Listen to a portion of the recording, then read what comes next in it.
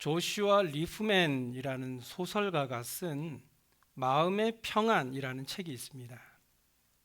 이 책에 보면 젊은 주인공이 어떤 노인을 찾아가서 자기 소원을 말합니다. 그대가 원하는 것이 무엇인가? 젊은이는 말합니다. 첫째는 건강이고, 둘째는 재물이며, 셋째는 미모이고, 넷째는 재능이고, 다섯 번째는 권력, 여섯 번째는 명예입니다. 이 소원을 말하는 청년을 지그시 바라보던 노인이 이렇게 말했습니다. 이보게, 자네가 원하는 이 모든 것들은 평안이 없이는 아무것도 누릴 수가 없다네. 현대를 살아가는 많은 사람들은 너무 많은 것을 누리며 살아갑니다. 불과 30년, 40년 전만 해도 사람들은 그저 먹고 살 문제를 고민해야 할 정도로 다들 어려운 때를 보내던 시절이 있었습니다. 하지만 지금은 어떻습니까? 대부분의 사람들이 너무 많이 먹어서 누구나 할 것 없이 다이어트를 해야 한다고 말합니다. 또 옷장에 걸어놓을 곳이 없을 정도로 옷이 많은데 입을 옷이 없다며 옷을 쇼핑하러 쇼핑몰로 갑니다. 쇼핑몰을 가보세요. 그렇게 옷이 많이 있는데 살만한 옷이 없대요? 무슨 말입니까? 마음에 드는 옷만 있으면 얼마가 되든 사겠는데 돈은 있는데 마음에 드는 옷이 없다는 것입니다. 또 여러분 집에 냉장고가 몇 개 있습니까? 두 개의 냉장고를 가지고 계신 분은 보통이에요. 김치 냉장고, 냉동고를 포함하면 냉장고가 도대체 몇 개입니까? 그라지에도 있어요. 집에 그렇게 냉장고가 많고 그 냉장고 속에 먹을 것이 잔뜩 들어있는데 집에 먹을 게 없대요. 현대인들이 누리지 못하고 있는 것들이 무엇입니까? 마음만 먹으면 내일 아침에 비행기를 타고 LA로 가서 아침에 미용실에 들려서 머리를 예쁘게 하고 점심에 맛있는 식당에 가서 점심을 먹고 오후에는 시원한 바닷가에 가서 커피 한 잔 딱 하고 저녁에 다시 집으로 돌아올 수 있는 것이 지금 우리가 살아가고 있는 세상 아닙니까? 그런데도 사람들의 마음은 공허합니다. 마음만 먹으면 누리지 못할 것이 없는 시대를 살아가고 있는데도 몸이 여기저기 아파서 병원에 가면 의사는 병명도 없대요. 그저 스트레스를 줄이고 집에서 쉬랍니다. 저는 어렸을 때 고무신을 신고 자랐습니다. 제가 고무신을 신고 자랐다면 아무도 안 믿으시더라고요. 그래서 준비했습니다. 저의 어렸을 때 사진입니다. 네, 이 사진은 제가 어렸을 때 제가 살던 집에 부엌에 걸터 앉아서 찍은 사진입니다. 배는 빵빵한데 여전히 뭘 먹고 있어요. 아마도 전라도 사투리로 깜밥이라고 하는데 누룽지를 먹고 있는 것 같습니다. 그리고 하얀 타이즈 아래 신발을 한번 보세요. 고무신입니다. 저는 어렸을 때 고무신을 신고 자란 세대입니다. 그러니까 1980년대 초반 제가 어렸을 때 모습은 새마을 운동을 하던 때입니다. 그때는 사람들이 농사를 주로 하던 때인데 아이들은 개울에서 고무신을 띄우며 놀다가 고무신이 물에 떠내려가서 엄마한테 진탕 혼나기도 하고 마을 정자에서 술래잡기를 하거나 나무를 깎아갖고 자치기를 하던 그런 시대입니다. 그런데 생각해보면 그때는 이웃 간에 정도 많았고 사람들의 얼굴에 미소가 떠나지 않았어요. 얼굴은 밭농사로 검게 그을려 있지만 아이들에게 항상 따뜻한 미소로 인사를 했던 그런 때입니다. 심지어 지금은 그렇게 하면 절도죄로 잡혀가지만 제가 어렸을 때 남의 밭을 지나가다가 물을 뽑아서 이빨로 갉아서 베어 먹었던 적도 있습니다. 아무도 뭐라고 하지 않았어요. 오히려 하나 더 먹으라고 그러죠. 보통의 사람들이 생각하는 축복은 물질에 있습니다. 대부분 돈이 많으면 복을 많이 받았다고 생각합니다. 하지만 우리의 삶에 있어서 가장 중요한 축복은 평안입니다. 아무리 많은 재산을 가지고 있는 사람이라 할지라도 평안이 없는 사람에게는 금은보화, 산의 진미가 아무 쓸모없는 것입니다. 그래서 오늘 본문 7절에 이렇게 말씀하죠. 내 영혼아 내 평안함으로 돌아갈지어다 여호와께서 너를 후대하심이로다. 오늘 본문의 이 시는요, 고난 중에 신음하던 한 시인이 하나님의 긍휼과 자비하심을 믿고 하나님이 자신을 어떤 상황 가운데에서도 결코 버리지 않는다라는 것을 알려주는 시입니다. 이 시편을 쓴 시인은 스스로를 구원할 힘이 전혀 없을 때 나타난 하나님의 능력을 증거하고 있어요. 그는 심각한 병에 걸려 자신이 곧 죽을 것이라고 생각했습니다. 자신의 생명을 구하기 위해 그가 할 수 있는 것은 아무것도 없었어요. 실제로 그를 돕기 위해 사람이 할 수 있는 일은 아무것도 없었습니다. 요즘 말로 말하면 병원에서 사형 선고를 받고 집으로 돌아온 겁니다. 그래서 3절에 보면 이렇게 고백하죠. 사망의 줄이 나를 두르고 스올의 고통이 내게 이르므로 내가 환난과 슬픔을 만났을 때에. 특히 8절에 주께서 내 영혼을 사망에서 내 눈을 눈물에서 내 발을 넘어짐에서 건지셨다라는 말과 또 15절을 보시면 경건한 자들의 죽음, 그리고 16절에 나의 결박이라는 말은 이 시인의 현실적인 고난이 얼마나 심했던가를 잘 표현해주고 있는 이야기입니다. 그러나 그는요, 자기의 고난, 환난, 눈물, 죽음의 위기 등을 쫙 열거함으로써 자기의 고통의 극치를 알려주고자 함이 오늘 이 시편의 목적이 아니라 이런 견딜 수 없는 역경과 고난 속에서도 하나님의 도우심, 그의 자비, 긍휼, 구원, 그의 사랑이 얼마나 감격스러운가를 이 시를 통해서 고백하고 있는 것입니다. 그래서 우리가 116편을 전체적으로 천천히 읽어보면요, 이 시편 전체에 흐르고 있는 감정은 고난의 현장에서 하나님의 구원을 간청하기보다는 모든 고난, 삶의 위험, 실망, 구속 등은 이미 과거의 일로 다 지나가 버리고 오직 감사와 감격의 심정밖에 없다라는 것을 노래하고 있는 것입니다. 특히 오늘 보면 8절에 주께서 내 영혼을 사망에서 내 눈을 눈물에서 내 발을 넘어짐에서 건지셨다라는 이 고백은요, 이 시인의 고난의 범위가 얼마나 컸던가를 알게 하는 동시에 또한 그의 구원의 기쁨도 얼마나 큰가를 알려주고 있습니다. 즉 하나님께서 부서진 영혼, 또 하나님을 믿고 따르는 사람의 인생에 주신 구원을 이 시인은요, 세 가지 방면에서 노래를 하고 있는데 그 첫째가 주께서 내 영혼을 사망에서 건지셨다는 것입니다.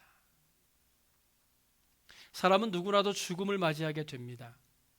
죄가 있는 사람이라면 그가 누구든지 언제나 어쩔 수 없이 그를 기다리고 있는 것은 죽음과 심판입니다. 얼굴에 있는 주름은요, 좋은 화장품을 바르고 보톡스를 넣으면 없앨 수는 있어요. 하지만 죽음과 심판은 그 무엇으로도 막을 수 없습니다. 우리가 예수 그리스도를 믿는 이유가 바로 여기 있죠.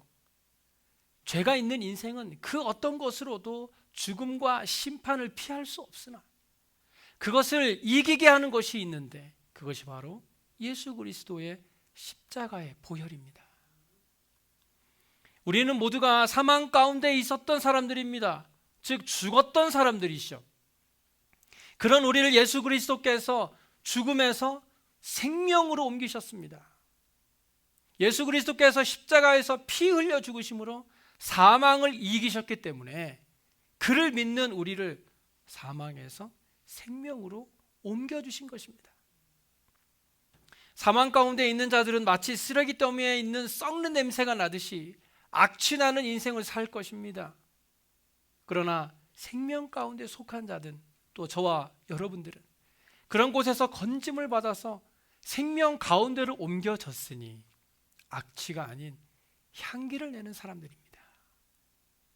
그래서 사도 바울은요, 우리는 구원받는 자들에게나 망하는 자들에게나 하나님 앞에서 그리스도의 향기다라고 고백했던 것입니다.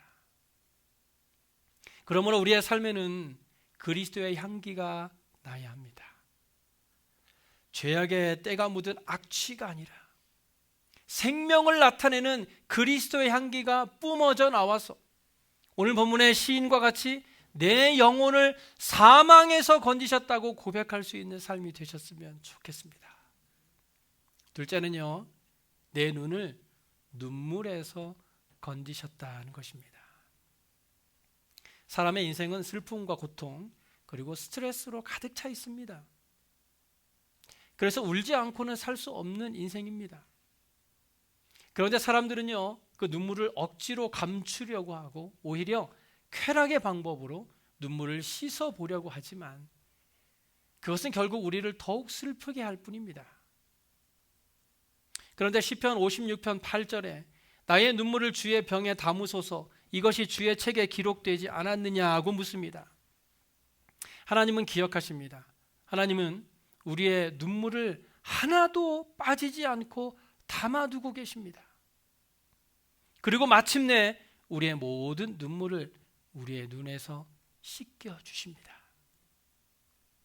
요한계시록 21장 4절에 모든 눈물을 그 눈에서 닦아주시니 다시는 사망이 없고 애통하는 것이나 곡하는 것이나 아픈 것이 다시 있지 아니하리니 처음 것들이 다 지나갔음이로라. 우리 모두는 죽음을 기다리는 것이 아니라 아무 눈물도 없는 그날이 오기만을 기다리는 것입니다. 그래서 우리는 하나님께 감사해야 합니다. 그날은 오고 있고 이 세상은 더 이상 슬퍼하지 않을 것이기 때문입니다.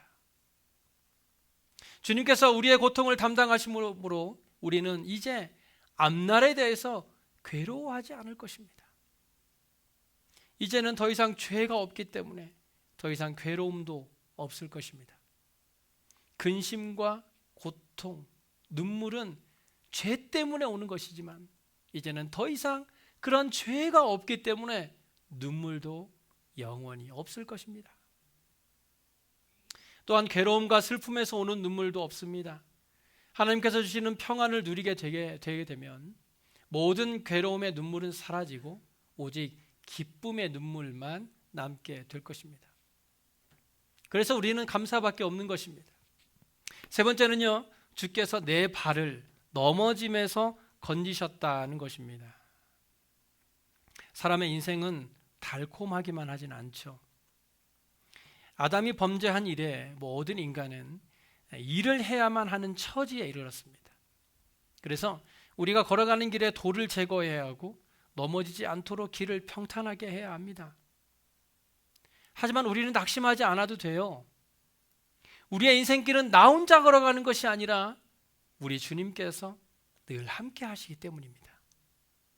그래서 우리가 하나님께서 인도하시는 길 위에만 있다고만 한다면 넘어질 걱정은 하지 않아도 됩니다.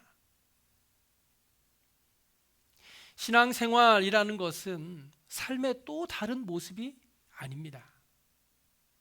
많은 사람들이 신앙생활을 어떤 취미생활 정도로 생각하는 분들이 많이 있습니다. 하지만 신앙생활은 우리의 삶의 목적이 되어야 합니다. 그래서 우리가 살기 위해 믿는 것이 아니라 믿기 때문에 살아가는 것입니다. 이런 사람은 결코 낙심하거나 넘어지지 않아요. 하나님께서 넘어지지 않게 붙들어 주시기 때문이죠. 우리의 환경의 어떤 변화도 우리를 낙심이나 좌절로 이끌어가지 못한다는 것입니다. 믿음은 바로 그런 것입니다. 우리가 살아가는 데 있어서 있으면 좋고 없어도 별 상관없는 것이 믿음이 아니라 믿음이 있기 때문에 우리가 이 땅을 살아가고 있는 것입니다. 본문 7절에 말씀하고 있듯이 우리는 하나님의 평안으로 돌아가야 합니다. 여러분의 마음에 세상 일로 분주하고 고통과 좌절의 시간을 보내고 있다면 하나님의 평안으로부터 너무 멀리 온 것입니다. 예수님은 요한복음 14장 27절에 이렇게 말씀하셨어요. 평안을 너희에게 끼치노니 곧 나의 평안을 너희에게 주노라. 내가 너희에게 주는 것은 세상이 주는 것과 같이 아니하니라. 너희는 마음의 근심도 하지 말고 두려워하지도 말라. 우리는 지금껏 세상이 주는 평안을 구해왔습니다. 세상이 주는 평안이 우리의 마음에 진정한 평안을 주는 줄 알았습니다. 하지만 여러분, 삶을 한번 돌아보세요. 세상이 평안을 주던가요? 우리 주님께서 주시는 평안은 세상이 주는 아주 잠깐의 평안과는 그 차원이 다릅니다. 세상이 주는 평안은 그때는 좋고 즐거운 것 같으나 시간이 지나고 나면 또다시 목마르게 됩니다. 하지만 우리 주님께서 주시는 평안은 세상이 주는 것과 같지 않아서 마음에 근심도 없고 두려움도 없습니다. 시간이 지난다고 해서 줄어들거나 사라지지도 않습니다. 오히려 주님의 평안은 점점 더 커져서 말할 수 없는 기쁨을 누리는 것이 바로 우리 주님의 평안인 것입니다. 오늘은 추수감사주일입니다. 추수감사주일에는 하나님께 감사해야 한다고 말합니다. 그런데 여러분 생각해 보세요. 감사해야 할 제목들이 생각이 나지 않아요. 그저 한 해 동안 지켜주시고 지금 이렇게 건강하게 예배 드리고 있으니 감사합니다 라고만 말합니다. 하지만 우리가 하나님께 감사해야 하는 이유는 따로 있습니다. 하나님은 세상 사람들은 누리지 못하는 평안을 주셨습니다. 그리고 그 평안은 내 영혼을 사망에서, 내 눈을 눈물에서, 내 발을 넘어짐에서 건지시는 평안입니다. 오늘 우리가 추수감사주일을 맞이해서 진짜 감사해야 하는 것들이 무엇인지 다시 한번 생각해 보았으면 좋겠습니다. 하나님께서는 우리의 영혼을 구원하시고 우리의 생명을 구해 주시며 우리의 눈에 눈물을 닦아 주시고 우리가 넘어지지 않게 발을 지켜 주십니다. 하나님의 이 위대하신 사랑을 우리는 잊어서는 안 돼요. 그리고 7절에 내 영혼아 내 평안함으로 돌아갈지어다 여호와께서 너를 후대하신다고 말씀합니다. 여기 후대한다라는 말은요, 잘 접대한다라는 말입니다. 하나님께서 우리를 잘 접대해 주신다는 겁니다. 우리는 여호와께로 다시 돌아가야 해요. 우리가 하나님께로 더 가까이 나아갈 때 하나님께서 우리를 잘 접대해 주십니다. 그러므로 우리는 하나님 안에서 즐거워해야 합니다. 우리가 슬픔과 사망과 모든 죄악으로부터 구원받은 것, 하나님께서 베푸시는 큰 은혜의 결과입니다. 이렇게 하나님께서 위로하시고 눈물을 닦아주시고 기쁨을 허락하는 자의 삶에는 평안이 가득할 수밖에 없겠죠. 다윗의 유명한 고백이 있죠. 내가 사망의 음침한 골짜기로 다닐지라도 해를 두려워하지 않을 것은 주께서 나와 함께 하심이라. 다윗의 이 고백만 본다면 다윗의 삶은 늘 평안했던 것 같아 보입니다. 하지만 우리가 알다시피 다윗은 수많은 죽음의 고비를 넘긴 사람이었습니다. 다윗은 사울 왕이 죽이려고 하는 것을 피해 다녔고 심지어 다윗의 아들 압살롬의 반란으로 인해 피난길에 있을 때의 처지를 이렇게 기록합니다. 다윗이 감람 산길로 올라갈 때에 그의 머리를 그가 가리고 맨발로 울며 가고 그와 함께 가는 모든 백성들도 각각 자기의 머리를 가리고 울며 올라가니라. 이렇게 비참한 삶을 살았던 다윗은 이제 그 모든 어려움과 고난 가운데에서도 자기를 인도하고 보호해 주셨던 하나님을 향해서 여호와는 나의 목자시니 내가 부족함이 없다라는 고백을 할 수 있었던 것입니다. 오늘 추수감사절을 맞이하는 저와 여러분의 입술에도 다윗과 같은, 그리고 오늘 본문의 시인과 같은 감사의 고백이 있었으면 좋겠습니다. 이 땅을 살아가는 사람치고 고난이 없는 인생은 없습니다. 하지만 하나님을 믿는 그리스도인들에게 고난은 또 다른 의미입니다. 우리에게 고난은 하나님이 나를 사랑하고 계시다는 증거가 될 것입니다. 여호와께로 돌아갑시다. 우리가 하나님께로 다시금 돌아서서 하나님의 말씀대로 살아가려고 발버둥 칠 때에 하나님께서 우리의 마음에 세상은 알 수 없는 평안을 허락해 주실 것입니다. 여호와께로 돌아가서 하나님이 주시는 평안을 온전히 누리는 저와 여러분의 삶이 되시길 간절히 소원합니다. 기도하겠습니다.